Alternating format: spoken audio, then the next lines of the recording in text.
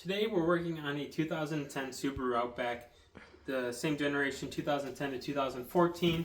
We're doing two things, but they're going to be two different videos, so depending on what you're watching, we're either going to be replacing a ground strap underneath the ground wire, or we're going to be taking a look at the exhaust manifold gaskets and replacing those if they are dirty. Now, to access both those things, the ground strap on this side is pretty easy to get to. The ground strap on this side is really hard to get to. We need to lower the exhaust manifold system. And if we're replacing the gaskets, we have to do that too. And to do that, we have to unplug our oxygen sensors because they're wired from the exhaust manifold, the exhaust system, up to the top of the engine. And we can't lower the exhaust manifold, it's going to pull on those wires. So these wires are right over here. They are these two plugs.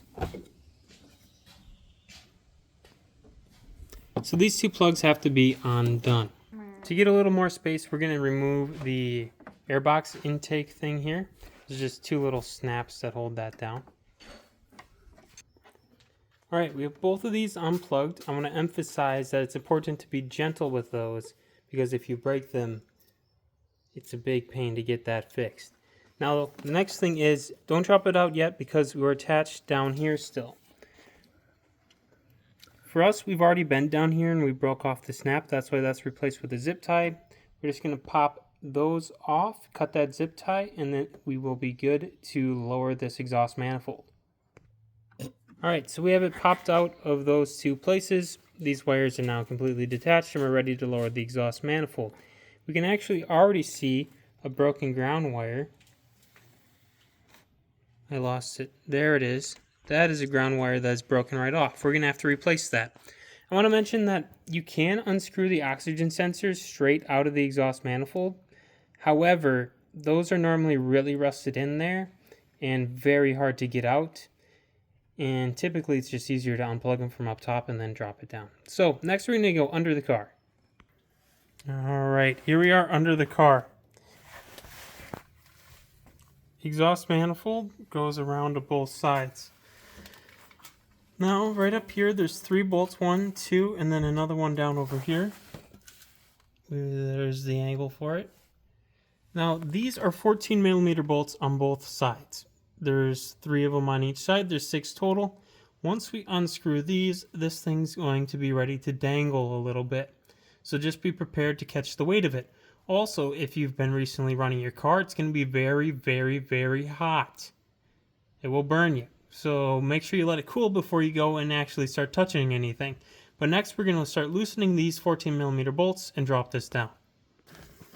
Another thing we did is we lowered this plastic like dirt shield just because it's kind of going to be in the way for when we drop this down.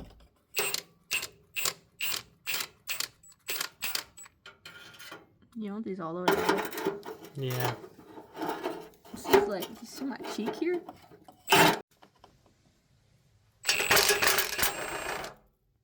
So here is the exhaust manifold gasket. It's one on each side. Taking this off, these actually look pretty good. These might have been replaced a few years ago when someone did the head gaskets. So we are not actually going to replace these. However, these would be pried off and you would just put a new one right back on here and then reinstall your exhaust manifold, which we will show you next.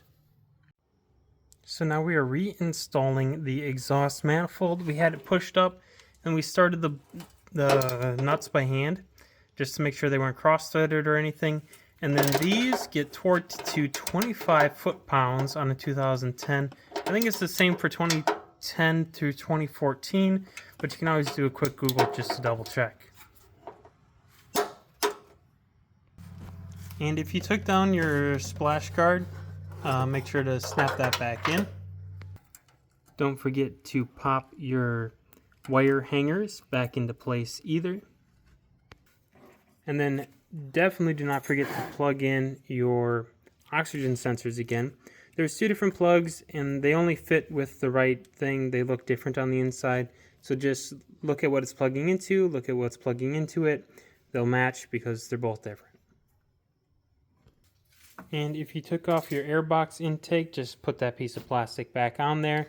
After you do that, Just look back through everything you just worked on, and you are done.